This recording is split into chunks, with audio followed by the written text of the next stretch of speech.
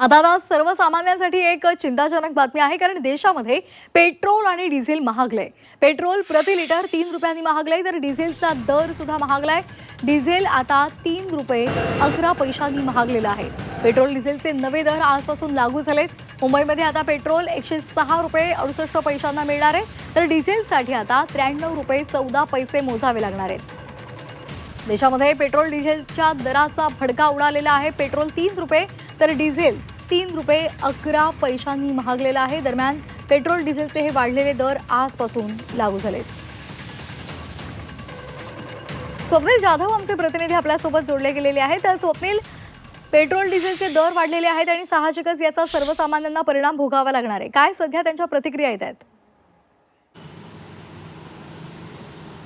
सर्वसामान्यांच्या खिशावरती ताण पडलेला आहे, कारण सकाळीच आपण बघितलं तर पेट्रोल आणि डिझेलचे दर वाढलेले आहेत. 106 रुपये 64 रुपये आत्ताचा हा दर आहे. खरं तर यापूर्वी कालपर्यंत 103 रुपये पेट्रोल होतं आणि 93 रुपये आजचा दर हा या ठिकाणी आपल्याला डिझेलचा पाहायला मिळतो, जो काल 90 रुपये होता. मात्र आज कुठेतरी भाव वाढलेला आहे आणि लोकांच्या खिशावरती ताण पडलेला आहे. दादा, पेट्रोलचा दर वाढला आहे. खरं तर आता 106 रुपये पेट्रोल झालेलं आहे, डिझेल 93. काल CNGचे सुद्धा दर वाढलेत. काय नक्की तुम्हाला संतापाची भावना आहे की नक्की पेट्रोल डिझेल वाढल्यामुळे तुमच्या मनाची तयारी केलेली आहे तुम्ही? नाही, आम्ही इलेक्ट्रिकची गाडी घेऊन ठेवलेली आहे पहिलेच, म्हणून आता सध्या तरी आम्हाला तर काय पेट्रोलची जरूरत नाही त्यासाठी. म्हणजे आम्ही आधीच इलेक्ट्रिकची गाडी घरी घेऊन ठेवलेली आहे. तुमच्याकडे ही सुद्धा गाडी आहे, तर याला तुझं पेट्रोल द्यावंच लागेल. यासाठी पेट्रोल आता काय करणार, आता ते चालू आहे तिथे बस झालं ना. दिवसेंदिवस ही वाढतच चाललं आहे. बाहेर राशन सुद्धा वाढतं आहे, गॅसचा दर सुद्धा वाढतोय. नाही काय नाही, संतापाची भावना होत नाही आहे. अरे होते, पण आता अपेक्षा काय सरकार काय बोलणार, आता काय नाही बोलू शकत. आहेच चालू होते, जे चालू आहे ते चालू देत, अशा प्रकारची भावना आहे. कारण बोलण्याने फायदा होईल की नाही यावरती अनेक नागरिकांच्या आपल्या प्रतिक्रिया पाहायला मिळतात. आपल्यासोबत या ठिकाणी सुद्धा दादा आहेत. पेट्रोलचा भाव बघतोय आपण 106 रुपये झालेला आहे, डिझेलचा भाव 93 आणि काल CNG सुद्धा वाढला 84 रुपये. तुमच्या खिशावरती थेट परिणाम होतो, दिवसेंदिवस महागाई वाढते. त्यावर परिणाम होणारच ना. आता काय झालं, युद्धाच्या पण परिस्थिती असल्यामुळे सरकारने तो निर्णय घेतला असेल. आपल्याला पेट्रोल कमी येते. पहिल्या मोदी सरांनी पण आपल्या बोटी पण जहाजी पण काही परिस्थितीमध्ये मागवल्या इकडे, त्यांच्या ह्याच्यावर आल्यात त्या, आणि त्या नाही इलाज करू शकतात. ते पेट्रोल वाढणारच ना. आता पण तुमच्या गॅसचा सुद्धा दर गॅसचं ॲक्च्युली वाढायला नाही पाहिलं होता दर. लोकांचं नोकऱ्यांचे पण प्रॉब्लेम आहेत. गॅस वाढला की तो प्रॉब्लेम होणार, घरगुती गॅस वाढला की. पेट्रोल वगैरे डिझेल वाढल्यामुळे आता राशनचं असेल किंवा इतर गोष्टी, भाजीपाला सर्वच महाग होईल. सर्वांवर परिणाम होणार आहे. का ते तयारी करून ठेवले तुम्ही? तयारी कुठे करणार आता? नोकऱ्या तर पाहिजे ना. काही कारण नोकऱ्या पण नाही आहेत. नोकऱ्यांची परिस्थिती पण, नोकऱ्यांना पण काही काढून टाकलेलं आहे.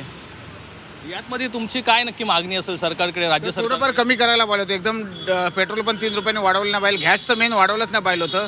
सरकारने थोडं कर्जूत करून थोडं गॅसचं कंट्रोल करायला पाहिलं होतं. मंत्र्यांनी तर इलेक्ट्रिक गाडी सुरू केली. आता मंत्र्यांकडे आता पैसे आहेत, त्यांच्याकडे काय, त्यांना पेन्शन चालू आहे.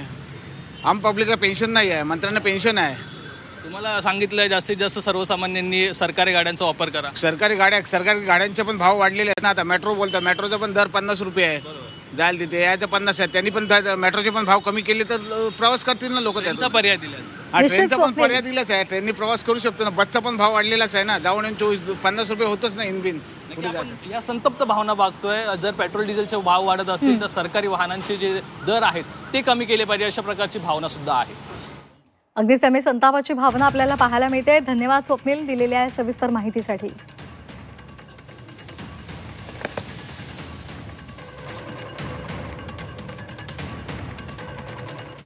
सरकार की मनमर्जी, जब मर्जी बढ़ाते रहे, वो तो सरकार की मनमर्जी चल रही है उनसे। आपकी जेब पे क्या असर पड़ेगा? हम लोग के रोटी पानी और रोजगार पे तो असर पड़ेगा। कोई तो किराया बढ़ नहीं रहा ना, जो भी तो बढ़ा हुआ तो उस पर भी कोई नहीं बढ़ रहा है। पैसे बढ़ रहे, सवारी बढ़ा के पैसा देगी, कोई नहीं देगी। एक तो वैसे ही ओला उबर का रेट कम चल रहा है, रेपिडो का कम चल रहा है, ऑटो में कोई नहीं बैठ रहा है। ठीक, मैं तो ये कहना चाहूँगा कि CNG के जैसे दाम बढ़ा, हमारा भी रेट कुछ बढ़ाए गवर्नमेंट, क्योंकि पिछले 5-7 साल से 1 रुपये भी रेट नहीं बढ़ा हमारा किराया, और CNG का रेट बढ़ते जा रहा है दिन प्रतिदिन। तो दिक्कत तो हो रही है बढ़ने से। अब मालिक को पैसे देता नहीं है उतने बराबर हमारे को। वो उतने पहले 64 रुपये थे, 64 रुपये के हिसाब से पैसे देता था।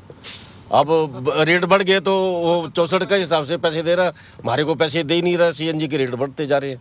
आम जनता के ऊपर भारी दिक्कत होगी। मीडियम क्वालिटी का आदमी जो है वो परेशान है। अभी सब बच्चों का एडमिशन है, ये सब है, पढ़ाई लिखाई सब चीज़ में अगर ऐसे ही होता रहेगा तो कैसे काम चलेगा। चुनाव के समय होल्ड किया जाता है, बाकी जो इस तरीके के खर्चे होते हैं जो नेताओं की, कहाँ से पूर्ति, पब्लिक की और हम जैसे टैक्स पेयर्स की तो जो जेब से निकाला जाता है। तो पब्लिक को सजग होना पड़ेगा और इस सरकार को जो है यहाँ सत्ता से हटाना होगा, नहीं तो ये ऐसा समय ले आएगी हाथ में कटोरा ले आएगी।